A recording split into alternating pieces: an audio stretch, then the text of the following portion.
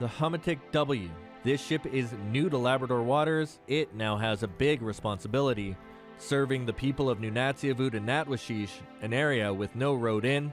Without this ship, there would be no efficient way for food, construction material, or anything to reach the coast.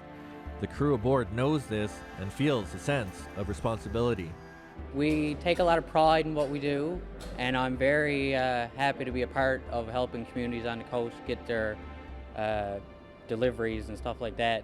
I'm really happy to be a part of this whole operation. But the necessity of it means that any ship that enters these waters is under intense scrutiny. Everybody is watching and weighing in on the new boat. I know that people are curious how it's going to come, what's the outcome, but other than that, we have to find out what's it look on the water when there's a heavy sea. Well, you're going to get people to complain, right? Yeah. You're not going to satisfy everybody. So it'll be my first time on her now, and I'll see how good it is. These guys are first in line to be the first vehicle that rolls aboard the ship. It's the first time people in northern communities will be able to move along with their vehicles up the coast. I think it's convenient. You can load to put what you want in your truck, and you can take it, get off. You want to come up and get supplies or whatever, hey, put it on the truck and go. The ship just arrived a few days prior, and crews had to hustle to get it certified for Canadian waters. Now they're hours behind schedule. Finally, the cars roll aboard. Good. That's number one. Keep them coming. The decks are filled with cargo. It takes a while to get going. Yeah, there's always a bit of hiccups, especially with the first time, but we're getting straightened out. I'm sure next time we'll be a little bit faster. A little bit of swearing going on, but we got it. All right, well, we finally pushed off just a few minutes ago. There's Goose Bay behind me in the background, and we're on our way to Rigolet. We should be arriving there not until 6:30 in the morning, not because that's how long it's going to take there, but because it'll have to wait for the light to come out before it can berth. Those that manage to get a cabin get settled in. Come inside. This is our home. What do you think of the room? Not too bad. It's kind of small for 4 people, but it'll do. Brian Rich brought his family aboard as well as 2 trucks. He says while it's great to have that kind of access in and out of Natwashish, it means changes for his community. There'll be a lot of tickets going around for cops. They're gonna give out tickets because there's non-registered vehicles up in there. There's all Highway Traffic Act, so it's gonna be an issue for everyone, I say. While there is a lot of discussion about the pros and the cons of the new vessel, Christy Shepard of Rigolet senses history. She's asking everyone aboard to sign the book she's reading. So it seems that we're coming into a new era, and as such, it just seemed appropriate that we would mark it. So a lot of people are saying that they come specifically for this trip, knowing it's a maiden voyage. Some have gotten stuck due to weather or complications in travel or whatnot. So everyone's really excited in their different ways to be aboard. So it's just, I think that was a nice record. I haven't signed it myself yet, but I need to get on that. But otherwise, yeah, I think it's pretty awesome. It's just after 6:30 in the morning here, and we've arrived in Rigolet, and right now crews are trying to put the ramp down for the first time, and that's something that people are watching very closely. Like getting the ship going, the alterations to the docks are happening at the last minute, but the ramp does come down okay.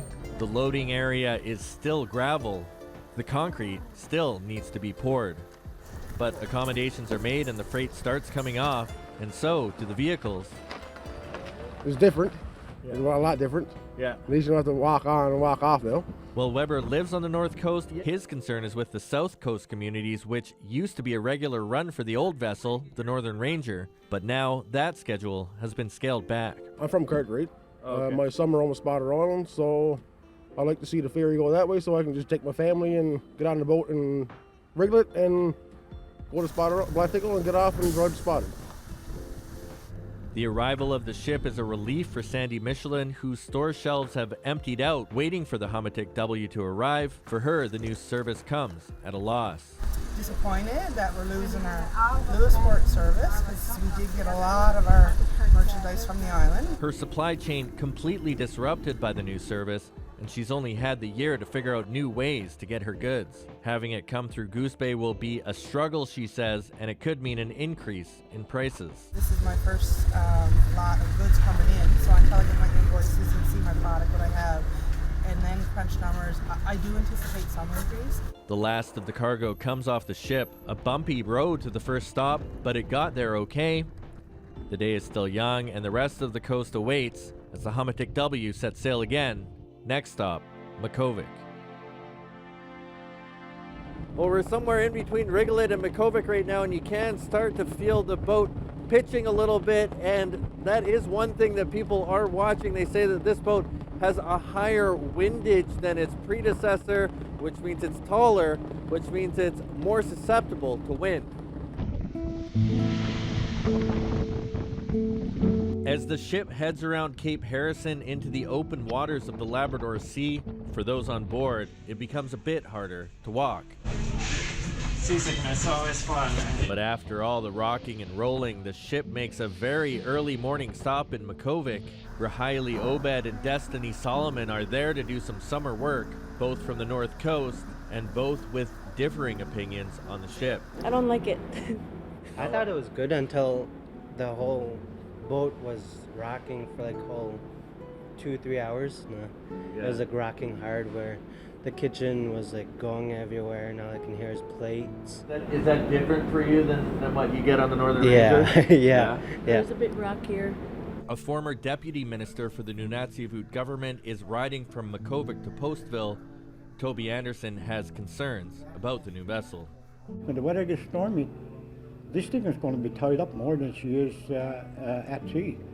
Where the Ranger and the Astron, they could handle the rough weather. This one is not going to be able to do it. But ship's captain Austin Daly is no stranger to these waters. He comes to the ship after captaining the Astron, the old freighter that made the Northern Run. It's a learning curve, you know. We have a larger vessel, but we also have a much more advanced propulsion system. But that isn't Anderson's only concern about the new vessel. He says the government's process for bringing it into service was flawed and inconsiderate. You have to live here to understand what this marine service, freight service means. Everything comes in on the boat. We already pay the highest prices in the province for food. The new service has cut out Lewisport as a hub for supplies headed to the North Coast. Now the province is moving the cargo port to Goose Bay. The provincial government says that means cheaper rates and that the Kamutik can transport more freight, travel to the North Coast weekly instead of once every 2 weeks, and deliver fresher produce. But Anderson says it's an uncomfortable shift for residents. Many families would purchase from places like Costco their winter supplies for their family for the winter.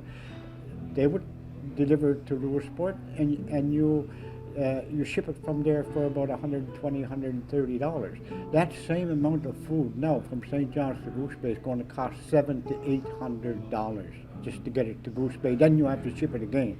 And while the people of the coast look at every aspect of the ship and how it will serve their needs, for the tourists aboard, this is a one-off. For this couple from Quebec, they'll take every chance they can to see the sights. It's really cold out here there and windy. You can tell by my hat. At times, the view is camouflaged by heavy fog, but the further north you get, the more icebergs you see. We spotted them, we came out as fast as we could, as fast as we could get dressed up to come out. Even with the short time they get on shore, the visitors try and make the most out of their visits. Saw a little smokehouse and saw an ancient boat and things. Very nice, very nice. Yeah, a quick taste of Labrador, I guess, of this town in Labrador. Very quick, very quick. We have this cake with what kind of berries in it? Partridge berries. Partridge berries. Here in Postville, they are ready to welcome. Today I have had a donation from a local elder, Roberta Edmonds, and she made some homemade red berry squares and homemade red berry jam. Next time it comes, I think we're going to have Toutons. An authentic and homegrown example of Labrador hospitality. This year we have a new boat and we're still expecting tourists and stuff like that, so it would be nice just to have something for them here, and the donations just kind of was just people around town who wanted to help. And for one resident here, the new vessel is a big change. 88-year-old Donald Jack came down to see every landing of the Northern Ranger. He vows to do the same with the Kamutik W. What do you think that there's a new boat now? It's pretty good. Yeah? Pretty good, yeah. How do you used to it? Yeah. Yeah, Yeah. Are you going to come and see this boat when it comes in? yeah, Every time? yeah, every time. Back on board, the crew is feeling the weight of the past few days. I think we're all tired. That's part of the game.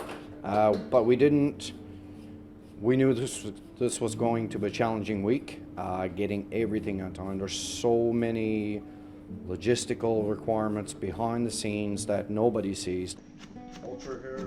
In the kitchen, 3 meals a day have to be served. Having the passengers to deal with is a new challenge for those that worked aboard the Astron, the old cargo vessel that serviced the coast. There's a lot more people now, a lot busier ship. Feeding a galley full of hungry people is one thing. Whenever you get chance, you got to do prep, because it's always busy coming up the next day. So. But there was no purser on this first voyage. Woodward says it's now hiring one, but for this trip, everyone had to pitch in everywhere to make things work. We are a ship right from the captain right down to the deck crew. Our purpose is what we set out to do when we untied in Goose Bay, and that is to transport passengers and cargo to the ports up along the Labrador coast as safely and efficiently as possible. And if that means one of us has to run and do something outside of our normal workday, then that's what we got to do. The contract is worth over $14.5 million every year for the next 12 years to the Woodward Group. It, along with the government, has been taking in this trip and the first weeks of the new service, ready to make changes, ready to deal with the kinks that need to be worked out, they say. We got a lot of things to work on, but we just got to monitor it and, not jump the gun. Like, things that might seem as a hiccup this trip might just be a one-time thing, right? So, shouldn't jump the gun. This trip means a lot to the captain who's been working to get the ship to this point, the first voyage. You want to fulfill your job and, keep the places stocked with their provisions and do that the best you can.